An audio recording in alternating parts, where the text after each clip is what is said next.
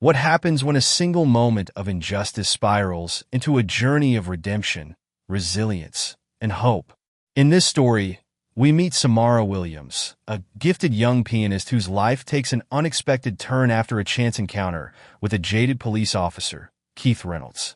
What begins as a night of celebration for Samara ends in humiliation, setting off a chain of events that will test not only her strength, but also the officer's capacity for change. As Samara fights to reclaim her confidence through music, Keith finds himself drawn into a dangerous undercover operation that could either destroy him or give him a chance to make things right.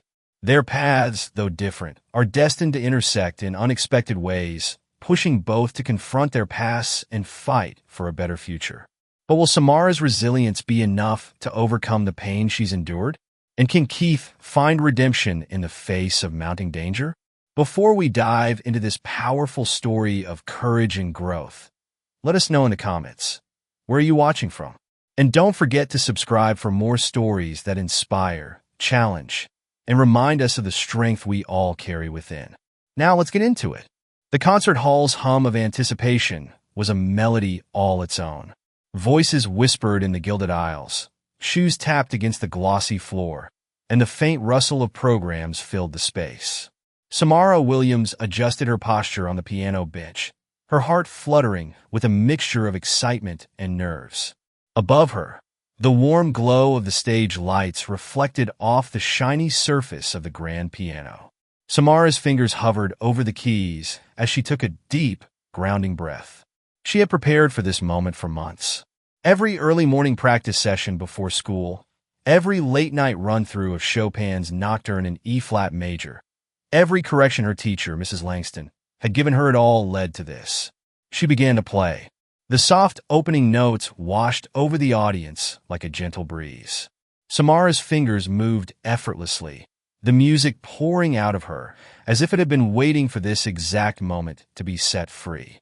As she played, her eyes flicked toward the front row, where her father, Darnell Williams, sat with his hands clasped tightly in his lap. His broad shoulders were rigid, but his face betrayed his emotions, a mix of pride and wonder that made Samara's heart swell. By the time she reached the final note, the audience had been transported into the world she had created. Silence hung in the air for just a moment before applause erupted. Samara stood, taking a deep bow as waves of clapping and cheers washed over her. "You were perfect, baby girl," Darnell said later, his voice full of warmth as they stood in the lobby. He was dressed in a dark suit, his tie slightly loosened. His towering frame made Samara feel safe, as it always did. "Thanks, Dad," she said, holding the program close to her chest. Her name was printed right there, Samara Williams, soloist. Piano had always been more than music for Samara. It was a bridge to her mother, who had passed away when she was only 3. While Samara had few memories of her, her father often told her how her mother, a talented violinist, had filled their home with music. "Your mom would have been so proud," Darnell added, his voice soft. That night, as Samara left the concert hall, her heart was still soaring. Her braids, styled by her father earlier that day, swung gently as she walked down the rainy streets of Midtown. She hummed the Nocturne's melody under her breath, her shoes clicking against the damp pavement. But the glow of the night was about to dim. Officer Keith Reynolds leaned back in his patrol car, his eyes heavy with exhaustion. His shift was dragging past the 12-hour mark, and the cold drizzle outside didn't help his mood. He was parked near Maple Street, a quieter stretch of town where he rarely encountered much action. As he rubbed his temples, his gaze caught movement on the sidewalk. A young black girl in a pristine white dress was walking briskly, her arms clutching something close to her chest. Keith straightened in his seat.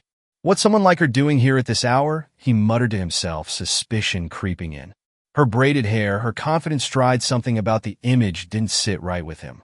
He started the engine and eased the car forward, rolling alongside her. "Hey, stop right there," he called out, his voice sharp.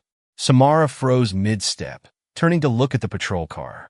Her heart sank at the sight of the flashing lights, but she forced herself to remain calm. "Good evening, officer," she said politely. "What are you doing out here?" Keith asked, stepping out of the car. His hand hovered near his holster, though there was no thread in sight. "I'm walking home," Samara explained. "I live on Cedar Avenue, just a few blocks from here. Let me see some ID." Samara hesitated, clutching her Beizheitze. "May I ask why I'm being stopped?" "Just do as I say," Keith snapped. His eyes narrowed as he noticed her hesitation. Samara swallowed her frustration and opened her bag carefully. "It's just my recital program and sheet music," she said, pulling them out to show him. The program was slightly damp from the drizzle, the ink smudged at the edges. Keith ignored it. "What's with the braids?" he asked suddenly. "What do you mean?" "Gang-related," he muttered under his breath. Samara's brow furrowed.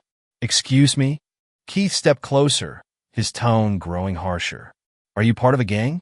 Those braids look like they send a message." Samara's jaw tightened. "Sir, I just came from a piano recital. These braids are just my hair." Keith wasn't listening. "Empty the bag completely." "On the ground." "But it's raining." "Now."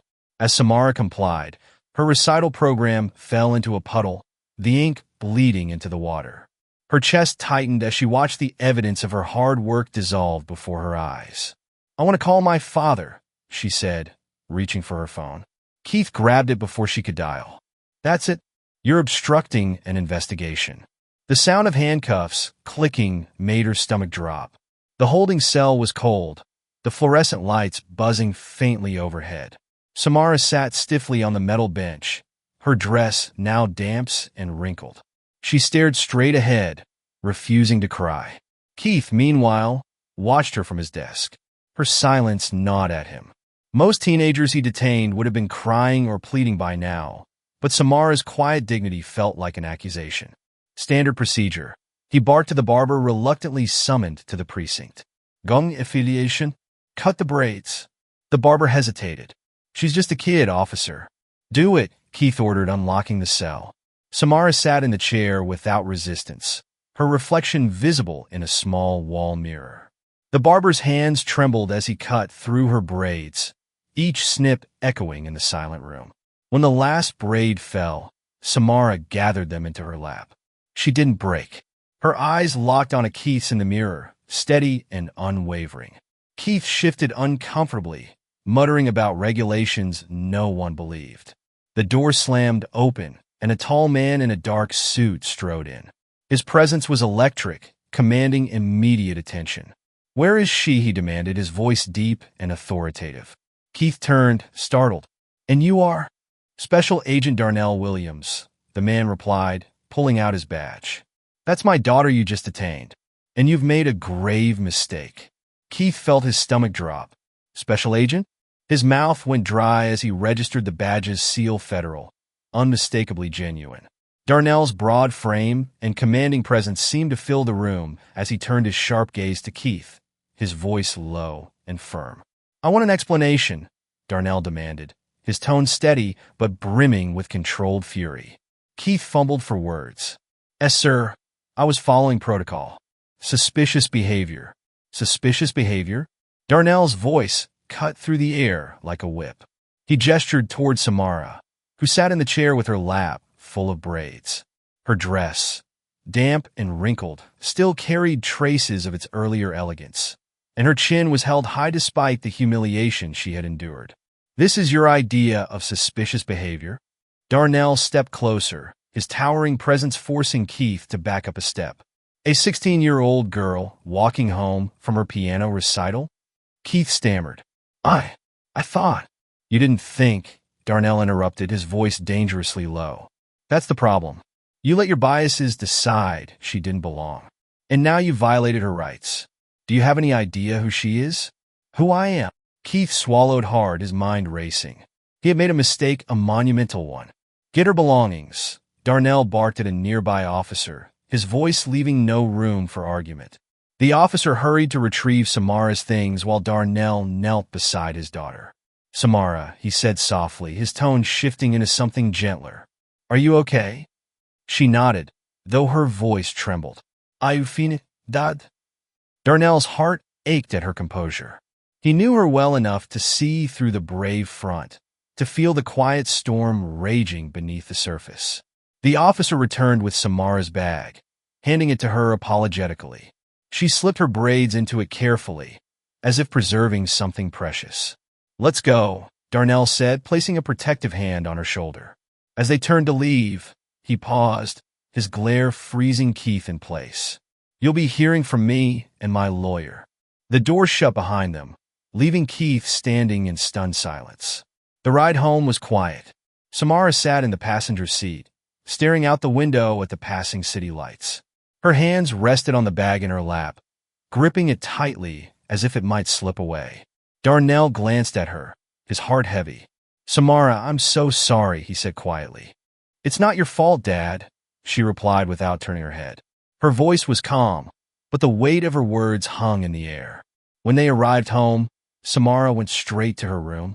She set her bag on her desk and unzipped it, her fingers brushing the damp remnants of her recital program. Her eyes lingered on the braids she had carefully collected, each one a piece of herself that had been taken without her consent. Sitting at her piano, she rested her hands on the keys but didn't play. The silence felt heavier than any music she could summon. Keith sat alone in the precinct break room, his head in his hands. The buzz of fluorescent lights above seemed louder than usual, and the coffee in his cup had gone cold. He replayed the night's events in his mind, each moment a glaring reminder of his misjudgment.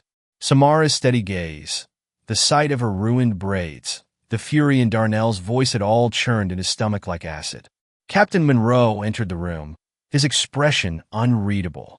He leaned against the doorframe, arms crossed. "Reynolds," he began, his voice clipped. "We got a problem." Keith looked up, his eyes weary. "I know, Captain." "No, you don't," Monroe said sharply. He tossed a newspaper onto the table. The headline read, "Teen pianist detained and humiliated by officer father demands justice." Keith winced as he scanned the article, which described the incident in damning detail. The comments from community leaders and legal experts left no doubt.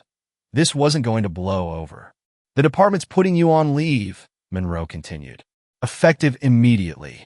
Internal Affairs will be in touch." Keith nodded numbly. He had no defense, no justification. Monroe hesitated before adding, "You've been on the force a long time, Keith. But this is bad. You need to think about what's next." Keith didn't respond as Monroe left the room. Alone again, he stared at the newspaper, the words blurring as the weight of his actions pressed down on him. Back at home, Darnell sat in the living room, staring at the family photo on the mantel. It was taken years ago, before his wife's passing. Samara was just a toddler, her tiny hand clutching his tie as she grinned at the camera. He felt a pang of guilt. He had always prided himself on protecting his daughter, on ensuring she grew up confident and unafraid in a world that often sought to diminish her.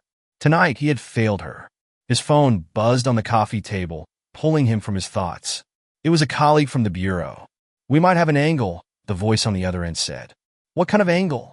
Darnell asked, his voice tinged with exhaustion. "There's a case we've been building against Edward Grayson. You know him?" Darnell nodded grimly. Grayson was a well-known philanthropist with a spotless public image. But behind the scenes, he ran a vast criminal enterprise, laundering money and trafficking contraband through the city. "We need someone to go undercover," the colleague continued. "Someone Grayson would trust. And after tonight, Keith Reynolds might just be our guy." Darnell frowned. The idea of working with the man who had wronged his daughter made his blood boil.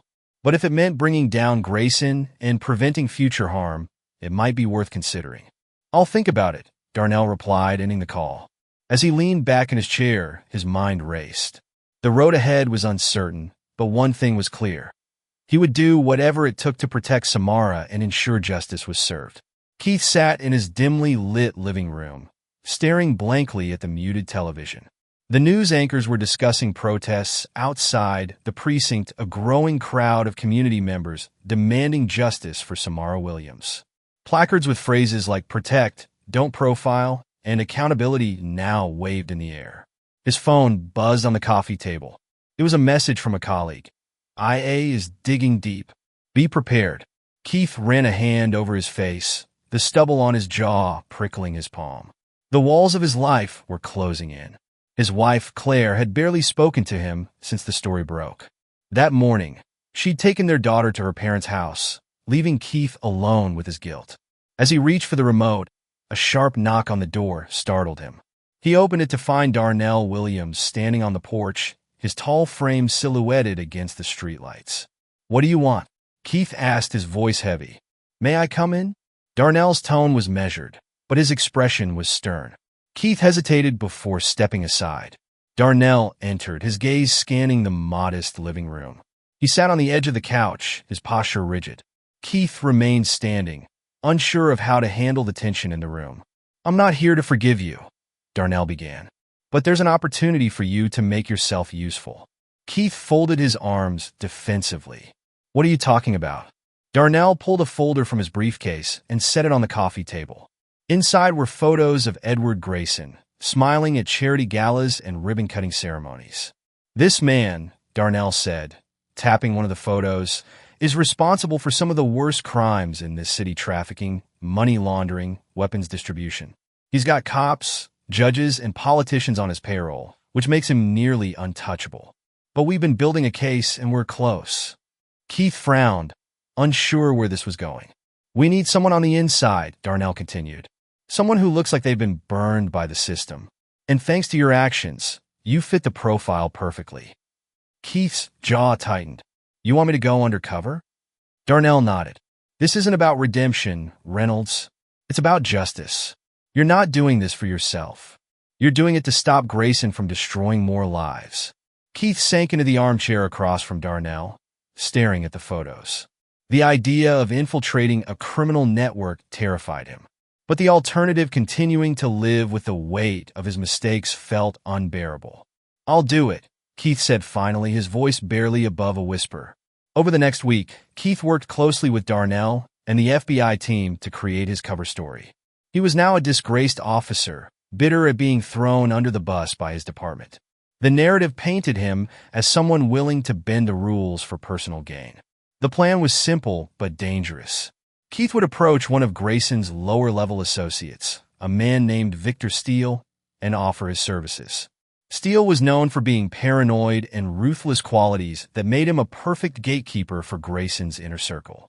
Keith spent hours rehearsing his story, but nothing could prepare him for the moment he stepped into the dimly lit bar where Steele conducted his business. The room smelled of stale beer and cigarettes. Steele sat in a booth at the back, his sharp eyes scanning the room. When Keith approached, Steele looked him up and down with a sneer. "You're Reynolds, right?" Steele said, his voice low and gravelly. "The cop who made the news." Keith nodded. "Yeah, the department hung me out to dry. I'm done playing by their rules." Steele leaned back, his expression skeptical.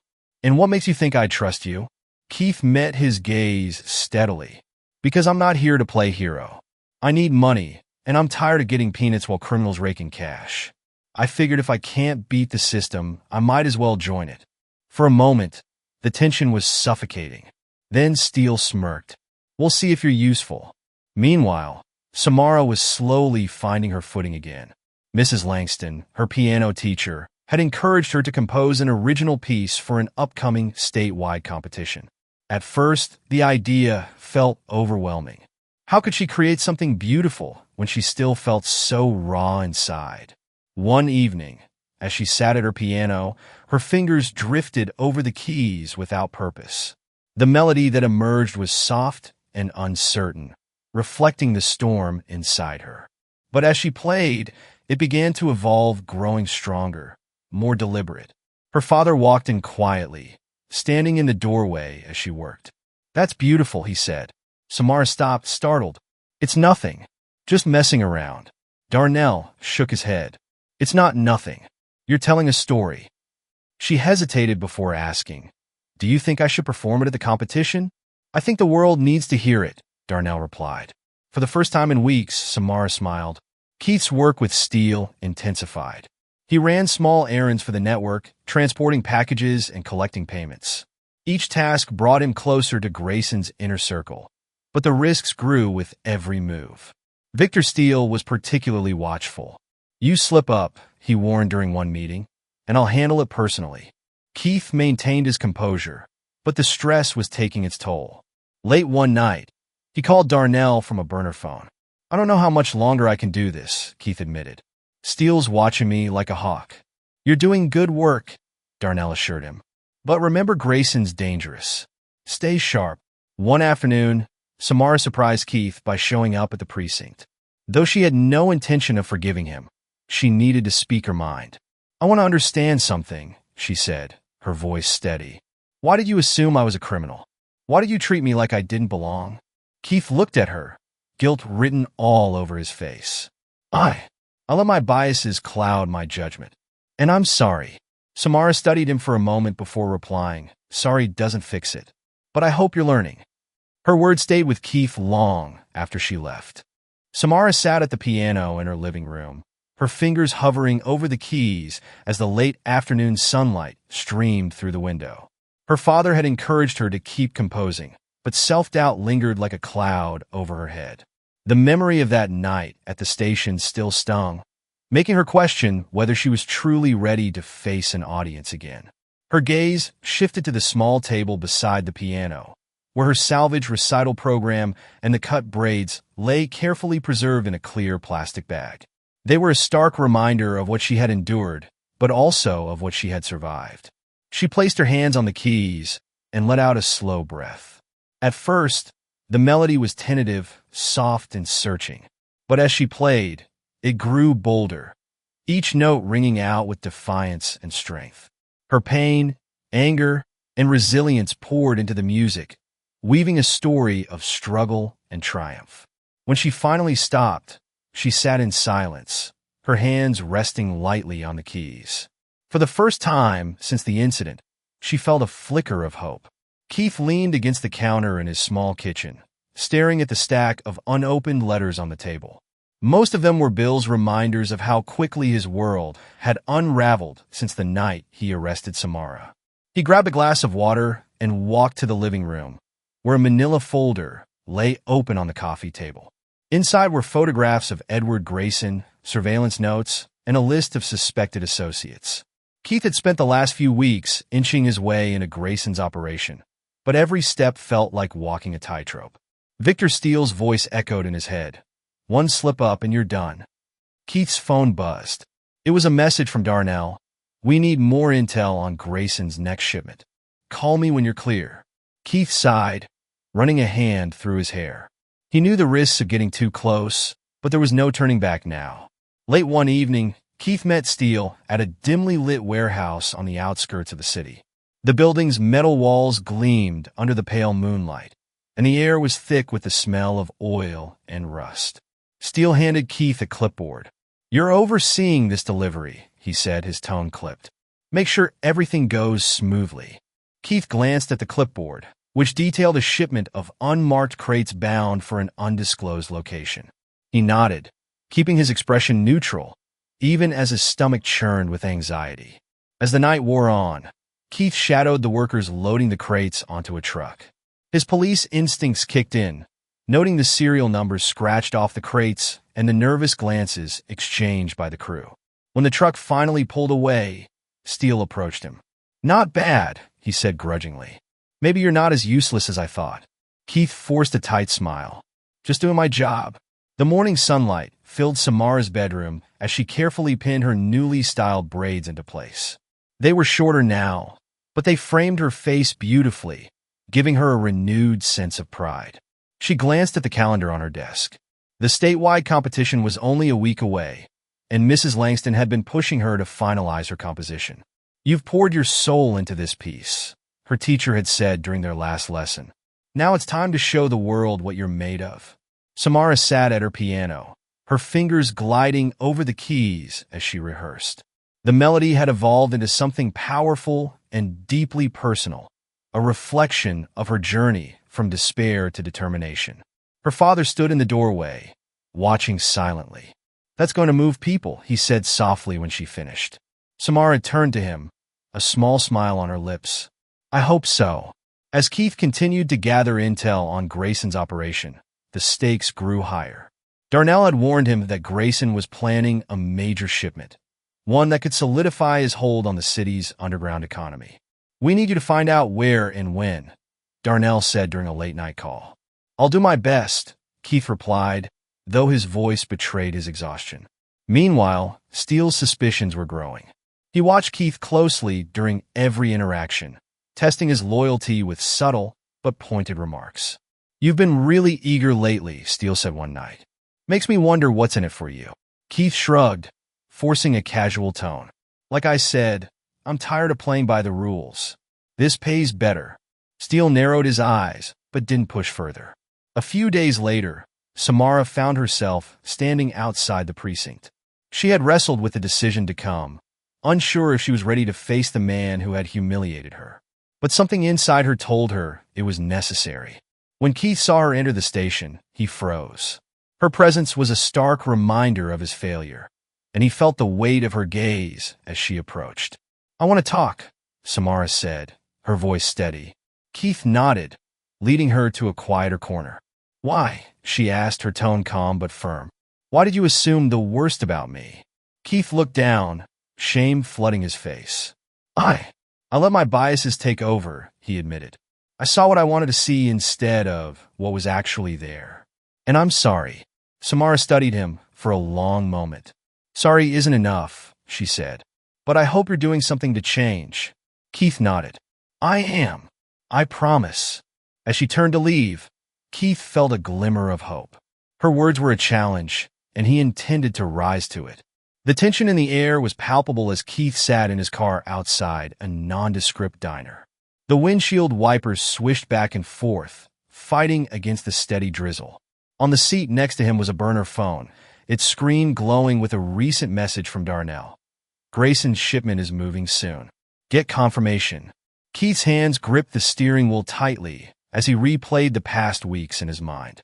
His cover was holding for now, but Steele's watchful eyes were making every move feel like walking a razor's edge. The diner's door opened, and Steele emerged, flanked by two men. Keith's heart raced as he stepped out of his car to join them. "About time," Steele muttered, motioning for Keith to follow. Inside the diner, the air was thick with the smell of frying bacon and burnt coffee. The group settled into a booth at the back, where Steele handed Keith a folded piece of paper. "This is your next job," Steele said, his tone low. "Grayson wants you to deliver a message. Consider it a trial run."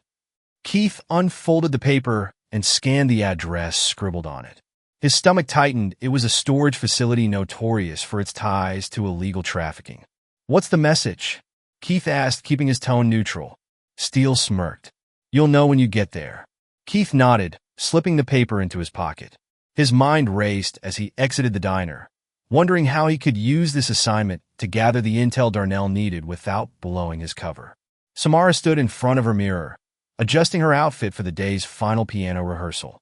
The emerald green blouse she wore matched the determined gleam in her eyes, though her hands trembled slightly as she pinned her braids back. The statewide competition was just 2 days away, and nerves were starting to creep in. She couldn't help but wonder if she was truly ready to bare her soul through her music. Her father knocked gently on her door. "You about ready, kiddo?" "Yeah," she replied, taking one last look at her reflection. "Let's go." At the music studio, Mrs. Langston greeted Samara with her usual sharp but encouraging demeanor. "Today we polish," she announced, gesturing for Samara to take her place at the piano. As Samara began to play, the melody filled the room with a raw, unfiltered emotion that made even Mrs. Langston pause. When the last note faded, the teacher nodded with approval. "That," she said, "is the sound of someone who has something important to say." Samara smiled, a small but genuine expression of pride. The storage facility was as grim as Keith had imagined, rows of gray, corrugated metal walls stretching into the darkness, illuminated only by flickering overhead lights. He parked his car and stepped inside, his heart pounding in his chest. A group of men stood near a stack of crates, their expressions cold and suspicious. Keith kept his movements steady as he approached, the folded note from Steele clutched in his hand. "From Steele," Keith said, handing the note to the man who appeared to be in charge. The man opened it, his eyes narrowing as he read. After a tense moment, he nodded and motioned for the others to begin loading the crates onto a truck. Keith watched closely, his police instincts kicking in as he memorized the labels on the crates and the license plate of the truck. Every detail could be the key to dismantling Grayson's operation. Before he left, one of the men stepped forward, blocking his path. "New guy, huh?" the man said, his tone dripping with suspicion. Keith nodded. "Just doing what I'm told." The man stared at him for a long moment before stepping aside. Keith's pulse didn't slow until he was safely back in his car, relaying the details to Darnell over the burner phone. The evening before the competition, Samara sat alone in her room, the faint sound of her father's television drifting down the hall. Her sheet music lay spread out on the desk in front of her, annotated with scribbles and corrections. Her fingers traced the notes, but her mind was elsewhere, back to that rainy night on Maple Street, the sound of scissors cutting through her braids, the quiet strength she had forced herself to muster. She stood abruptly and moved to the piano. Sitting down, she closed her eyes and began to play not the polished version she had prepared for the competition, but an unguarded expression of her emotions. The notes were rough and raw, spilling out of her like a confession. When she finished, she opened her eyes to find her father standing in the doorway. "Sorry," he said. "Didn't mean to interrupt." "It's okay," Samara replied, wiping at her damp cheeks. Darnell walked over and sat beside her on the bench. "You've got a gift, Samara, and not just for playing. Your music, it's going to change people." Samara looked at him, her voice barely above a whisper. "Do you think Mom would be proud?" Darnell's throat tightened, but he nodded. "She'd be prouder than words could ever say." The next night, Keith found himself in the back room of a lavish nightclub, one of Grayson's favored meeting spots. Steele had summoned him for what he claimed was a routine debriefing, but Keith knew better than to let his guard down. Grayson himself sat at the head of the table, his suit immaculate and his demeanor chillingly calm. "Officer Reynolds," Grayson said smoothly, leaning back in his chair. "Or should I say, ex-officer?" Keith forced a smile. "Just a guy looking for better opportunities."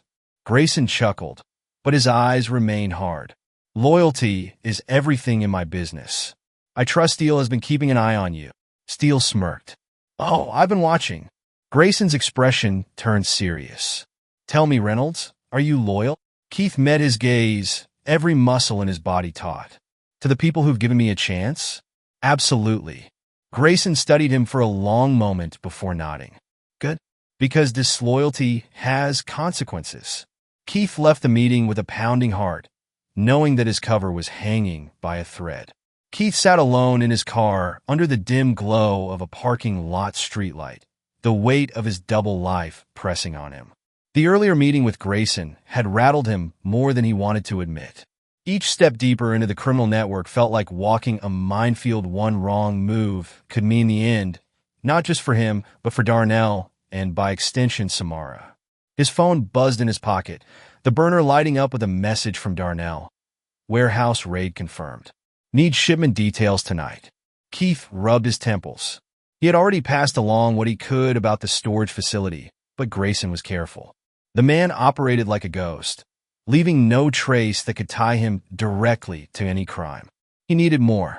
At the same moment, across town, Samara sat at the family's dining table, staring at a blank piece of paper. The next morning, she would leave for the state piano competition, but doubt gnawed at her confidence. "What's on your mind, kiddo?" her father asked, sitting across from her. Samara hesitated before answering. "I'm scared," she admitted. "What if I mess up? What if they don't like what I've written?" Darnell leaned forward, his expression gentle but firm. "You've faced worse than a room full of judges. You've already shown more strength in these past weeks than most people do in a lifetime. This is just another step." Samara nodded slowly. She thought of everything she had endured, the humiliation, the quiet stares at school, the endless questions about why her hair had changed. She had survived it all, and she had poured it into her music. "I'll do my best," she said finally. "That's all you need to do," Darnell replied with a smile. Late that night, Keith stood outside another of Grayson's warehouses, clipboard in hand. Steele had assigned him to oversee a shipment of crates that were being loaded onto a truck bound for an undisclosed location. Keith scanned the labels on the crates, committing as much information to memory as he could without drawing attention. As the last crate was secured, Steele approached him, his sharp gaze cutting through the darkness. You've been asking a lot of questions lately, Steele said, his tone laced with suspicion.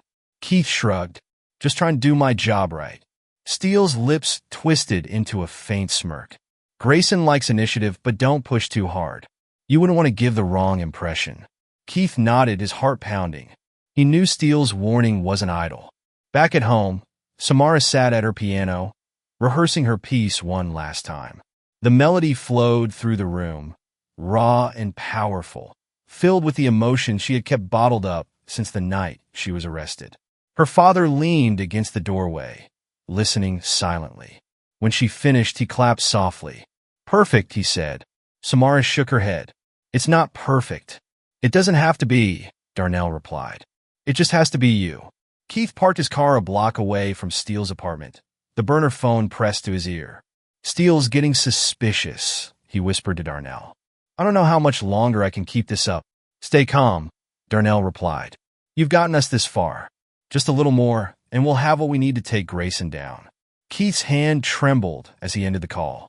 He knew Darnell was right, but the pressure was becoming unbearable. As he started the car, his phone buzzed again. This time, it was a message from Steele. Meeting tomorrow. Don't be late. Keith's stomach twisted. Steele wasn't the type to give second chances. The concert hall buzzed with nervous energy as competitors filed in, their polished shoes tapping against the wooden floors. Samara sat backstage, her hands resting on her lap as she focused on slowing her breathing. Samara Williams, a voice called. She stood, smoothing her dress before stepping into the spotlight. The grand piano gleamed under the stage lights, and the murmurs of the audience faded as she took her seat. Her fingers hovered over the keys for a moment before she began to play. The opening notes were soft and tentative, like a whispered confession. But as the piece unfolded, the melody grew stronger, weaving a story of pain, resilience, and triumph. Each chord resonated with the depth of her emotions, drawing the audience into her world. By the time she struck the final note, the room was silent. Then, like a wave, applause erupted, filling the hall with thunderous approval. Samara stood and bowed, her heart racing. For the first time in weeks, she felt whole again. The following evening, Keith met Steele at a secluded location, a rundown garage on the edge of the city. Steele paced in front of him, his expression unreadable. We got a problem, Steele said finally. There's a rat in the network. Keith's pulse quickened, but he forced himself to remain calm. You think it's me? Steele stopped pacing and turned to face him. Maybe, maybe not. But I'm watching you, Reynolds. One wrong move, and you're done. Keith nodded, keeping his expression neutral. Understood. As Steele left, Keith exhaled slowly. He was running out of time. Back at the competition, Darnell sat in the audience, beaming with pride as Samara received her award. When she stepped off the stage, he wrapped her in a tight hug. You did it, he said, his voice thick with emotion. Samara smiled, her eyes shining. We did it. Keith leaned against the cold concrete wall of the garage, trying to calm the storm in his mind. Steele's words echoed relentlessly. One wrong move, and you're done. His cover was hanging by a thread. The deeper he ventured into Grayson's network, the more dangerous each encounter became. Every glance from Steele, every cryptic remark from Grayson, felt like a knife pressing closer to his throat. Later that night, he met Darnell in a secluded parking lot. Rain drummed against the roof of Keith's car as Darnell climbed into the passenger seat, his face shadowed and grim. We've got a lead, Darnell said, handing Keith a folder. Grayson's moving the shipment tomorrow night. If we can intercept it, we'll have the evidence we need to bring him down. Keith flipped through the pages, his stomach tightening. This is risky. Steele's already suspicious. If I make one wrong move... I know the risks, Darnell interrupted. But we don't have a choice. We need you on the inside. Keith nodded reluctantly, the weight of the mission pressing down on him. Across town, Samara sat in the music center's brightly lit practice room, surrounded by a group of young students. She demonstrated a simple melody on the piano, her fingers gliding over the keys with ease. Now you try, she said, smiling encouragingly at a nervous boy sitting beside her. The boy hesitated, then tentatively placed his hands on the keys. The notes were uneven, but they carried a spark of determination. "Great job," Samara said warmly. "You're getting it." In the weeks since the competition, Samara had found a new purpose. Her music had become a source of healing, not just for herself, but for her community. She volunteered regularly at the center, teaching kids how to channel their emotions through music.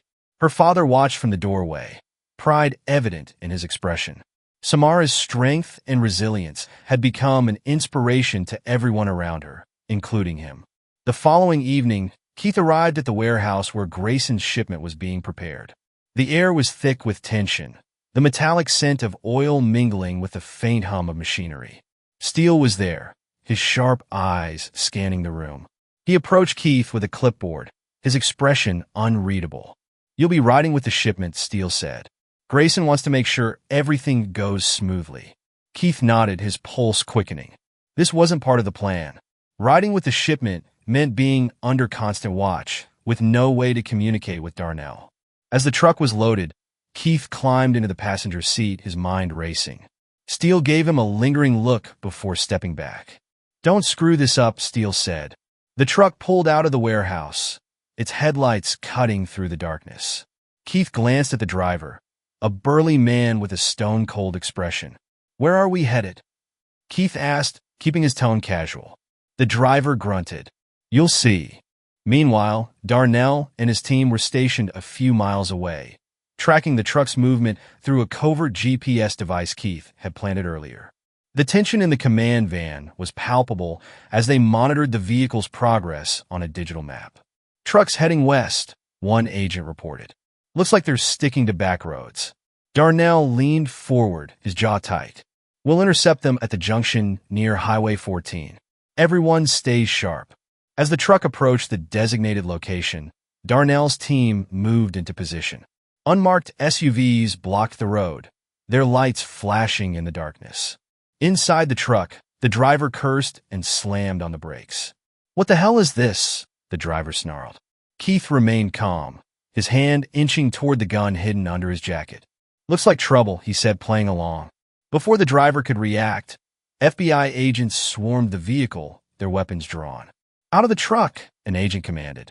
Keith stepped out slowly, raising his hands to show he wasn't a threat.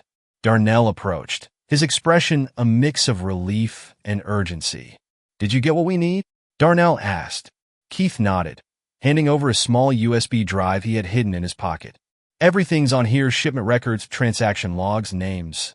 It's enough to bury Grayson." Hours later, Grayson sat in his opulent office, sipping a glass of bourbon as the city lights twinkled outside his window. He was reviewing plans for an upcoming charity gala when Steele burst into the room, his face pale and frantic. "We got a problem," Steele said. Grayson raised an eyebrow. "What kind of problem?" Before Steele could answer, the door slammed open, and FBI agents flooded the office. "Edward Grayson," Darnell announced, stepping forward. "You're under arrest." Grayson's calm facade cracked as he was handcuffed and led away. Steele attempted to flee, but was tackled by agents before he could reach the exit. The morning sun streamed through the windows of the community center as Samara played a gentle melody on the piano. The room was filled with students and parents, their faces alight with joy as they listened to the music. In the back of the room, Keith stood quietly, watching the scene unfold. He had resigned from the force a week earlier, choosing to dedicate his time to rebuilding trust within the community. As Samara finished her piece, the room erupted into applause. She looked up and caught Keith's eye. For a brief moment, they shared a look of understanding and unspoken acknowledgement of the paths they had traveled and the growth they had achieved. That evening, Darnell, Samara, and Keith gathered at the Williams family home for dinner. The atmosphere was warm, filled with laughter and the comforting aroma of home-cooked food. "To resilience," Darnell said, raising his glass. "To change," Keith added, his voice steady. Samara smiled, her heart full as they clinked their glasses together. As the night wore on, the three of them sat on the porch, the stars twinkling above. For the first time in months, the future felt bright. The lights in the FBI command center flickered as the team wrapped up their operation. Papers rustled, agents exchanged high-fives, and a sense of relief filled the room. Darnell stood at the head of the table, reviewing the evidence gathered during the raid. The USB drive Keith had provided was a goldmine: transaction logs, incriminating emails, and surveillance footage directly implicating Grayson in his criminal empire. "It's airtight," an agent said, handing Darnell a thick folder. Darnell nodded. "Good work, everyone. Let's get this ready for court." As the room began to clear, Darnell spotted Keith leaning against the wall, his shoulders slouched in exhaustion. His once crisp jacket was rumpled, and his face bore the weight of the past few weeks. "You did well tonight," Darnell said, walking over. Keith offered a tired smile. "Thanks, but I'm not sure well is enough to fix everything I've done." "It's not about fixing the past," Darnell replied, his tone softer than usual. "It's about what you do from here on out." Keith nodded, his expression thoughtful. News of Grayson's arrest spread quickly, making headlines across the city. For many in Samara's neighborhood, it felt like justice had finally been served. But the scars left behind by his operation ran deep, and the road to healing was only just beginning. At the community center, Samara sat at the piano, surrounded by children eager to learn. One boy, Jamal, hesitated as he reached for the keys. "What if I mess up?" he asked, looking up at her with wide eyes. Samara smiled gently. "Messing up is part of learning. It's how you get better. Just try." Jamal took a deep breath and played the first notes of a simple tune. His face lit up as the melody began to take shape.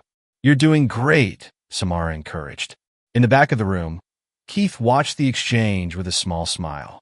Since resigning from the force, he had started volunteering at the center, helping with mentorship programs and community outreach. While he was still met with skepticism by some, he was determined to prove himself through his actions. Darnell sat at the kitchen table that evening, flipping through old photos of Samara as a child. One picture showed her sitting at a tiny keyboard, her fingers clumsily pressing the keys.